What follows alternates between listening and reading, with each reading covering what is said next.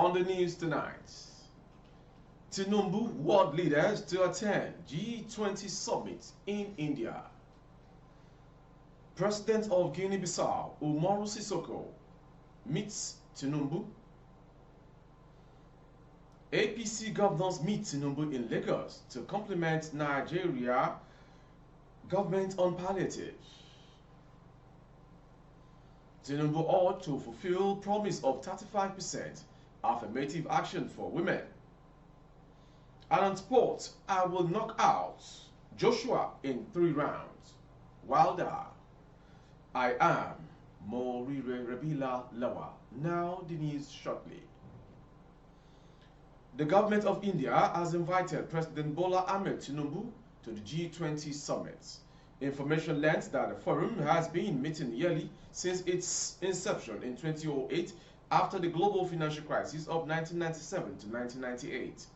The G20 meeting brings together the world's major and systematically important economies with members representing 85% of global GDP, 75% of international trade, and 2/3 of the world's population. Speaking on the plan to have President Tinubu attend the summit, the India High Commissioner to Nigeria, Ambassador Sri Gib Balasubramanian, said channels of communication had already been opened between both countries towards President Tinubu's participation. So this is something that we are working closely with Nigerian authorities.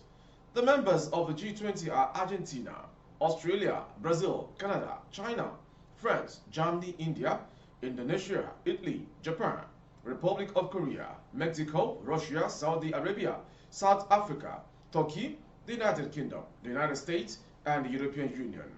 The G20 summit comes up in India between September 9 and 10, 2023.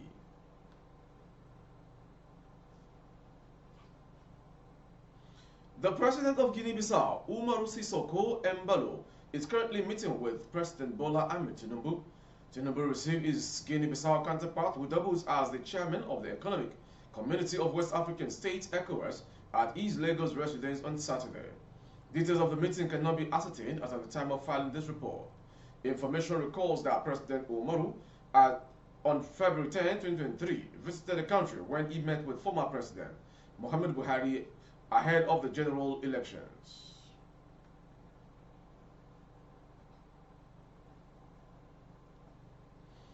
Governors elected on the platform of the All Progressive Congress (APC) on Friday declared their readiness to complement the federal government initiative aimed at providing relief to Nigerians following the removal of fuel subsidy.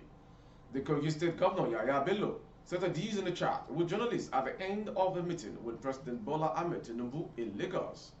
He said a successful implementation of the measures initiated by the federal government to cushion the effect of the fuel subsidy removal must be matched by all tiers of government. The federal government has set up committees to recommend measures that will reduce the hardship faced by many Nigerians following the announcement on the removal of fuel subsidy by the President in his May 29 inaugural speech and address. We are all ready to provide relief for our people. We feel their pains and trust the people to be patient in this trying phase so that they will reap the benefit of the new government economic initiative.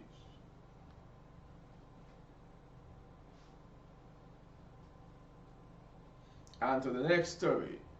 Former Minister of Women Affairs and Social Development, Pauline Talin, has called on President Bola Ahmed Tinubu to fulfill the 35% affirmative action promised to women during his presidential campaign.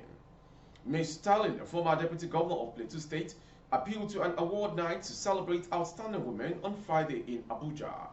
Ms. Talin said from the President's past records, she was optimistic that Nigerian women will be given their pride of place. She said women were an integral part of any economy and should be allowed to contribute their quota to nation building. Rwanda, for instance, where women are over 60% in government, has seen a lot of progress, she said. Ms. Stalin said with Nigerian women being above 50% or more in terms of population, there was nothing wrong if they were given even beyond 35%. Moving on to the next story. Human rights lawyer Femi Falana has urged President Bola Ahmed Tinubu to divert the proposed $10 billion to be saved as a result of fuel subsidy removal into addressing the economic crisis plaguing the country. Falana stated this in an interview. He lamented that over 143 million Nigerians are in extreme poverty and that this must be catered for because of the biting effect of the fuel subsidy. Falana argued that the 800 million US dollar World Bank loan for palliative will go nowhere, and that is why the government will have to take the bulk of the 10 billion US dollar being saved to address the challenges of subsidy removal. Falana said that last month had been a moment of challenges due to the removal of fuel subsidy, which the Buhari administration refused to implement. Moving on to Oyo State. Governor Seyi Makinde of Oyo State says his government will create out of the present Ministry of Information, Culture and Tourism a separate ministry for culture and tourism. The governor's chief press secretary, Mr. Suleiman Olarewaju, disclosed this in a statement issued on Friday in Ibadan.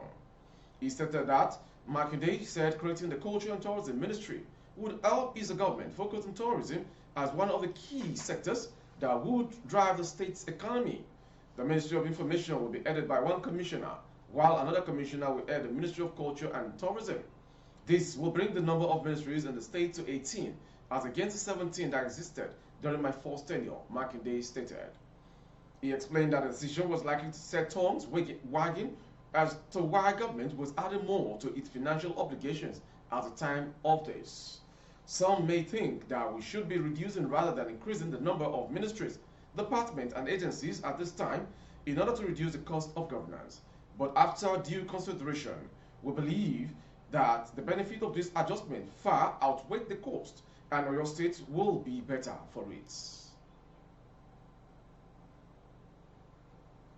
And to the next story, in case you're just joining, you are watching the world news from BGI TV Currents. The Independent Petroleum Marketers Association of Nigeria, Ipman, has denied an alleged plan by the association to increase the pump price of premium motor spirit, PMS, also known as petrol, to 700 naira per litre nationwide. Information reported that the chairman of Ipman Southwest Zone, Dele Tajuddin, made the clarification in an interview in Ibadan on Friday. He urged Nigerians to describe the speculations and not engage in panic buying. Tajuddin stressed that the product's price would not be more than what it sold presently. He commended President Bola Ahmed Tinubu for removing the fuel subsidy on petrol, adding that it was long overdue. He said the slight increase in pump price was because of the transportation cost and that Nigerians should be addressed as a commodity would not be out of reach for the masses.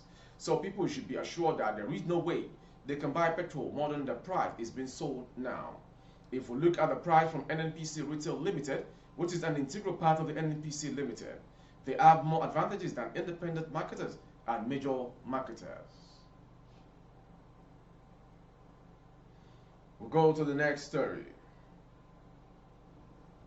Many traders at the Amaraku weekly market in Isiala, Mbano, local government of Imo State, were unsettled on Friday when a 7-month-old baby was reportedly abducted by a woman. Information gathered that the baby girl was taken away by a woman who had only offered to assist the young mother in carrying her distressed child as she marketed her goods. A few minutes after this unsuspecting mom relieved herself by giving her little daughter to a woman who offered to help, she vanished with the child into the Tom Tours Mall. A market source who pleaded anonymity said the baby's mother, after giving the fleeing woman a wrapper so she could carry the child on her back, started shouting, "Where is my child?" Because the baby was wailing and upsetting her while she was selling okra and other veggies, she had given her 7-month-old infant to a stranger.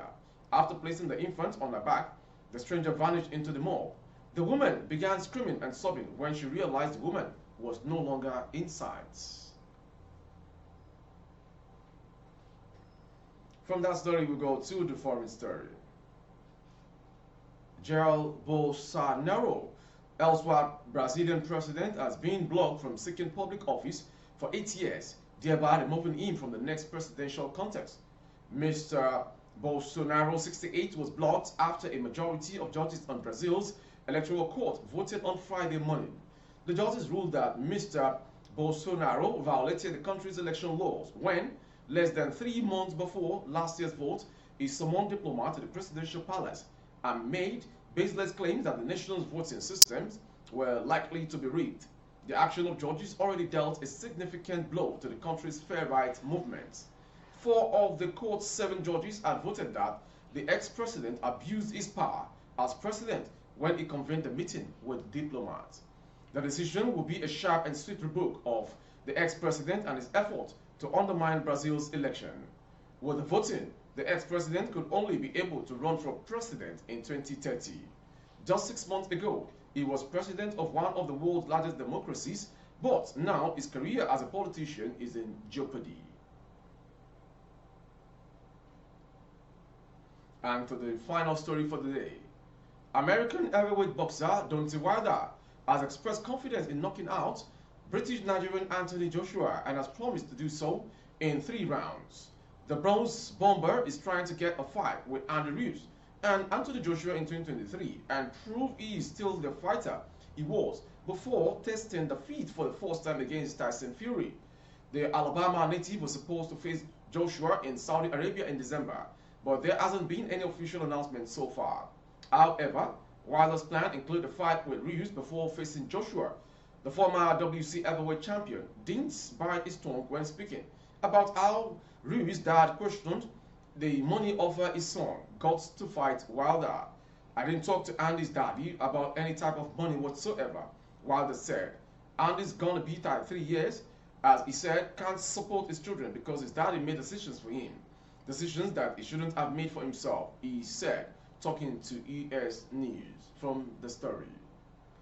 With our sports story, we've come to the end of today's world news from BGI TV Current. Before we go, some major headlines. Tinubu world leaders to attend G20 World Summit in India. President of Guinea-Bissau Umaru Sissoco meets Tinubu. APC governors meet Tinubu in Lagos to compliment Nigeria. And on sports, I will knock out Joshua in 3 rounds. Deontay Wilder. For more updates of our broadcast on YouTube, our handle is BGI TV Current. Kindly subscribe and click on the notification bell. Select option all to access all of our broadcasts. On Facebook, Gbagede Imo with Alawi Adebayo. Please like and follow the page. For advert placement of your goods and services, coverage of events and functions, please dial the phone number streaming on your screen. Thank you for watching. I am Mowiri Rabila Lawal. Good evening.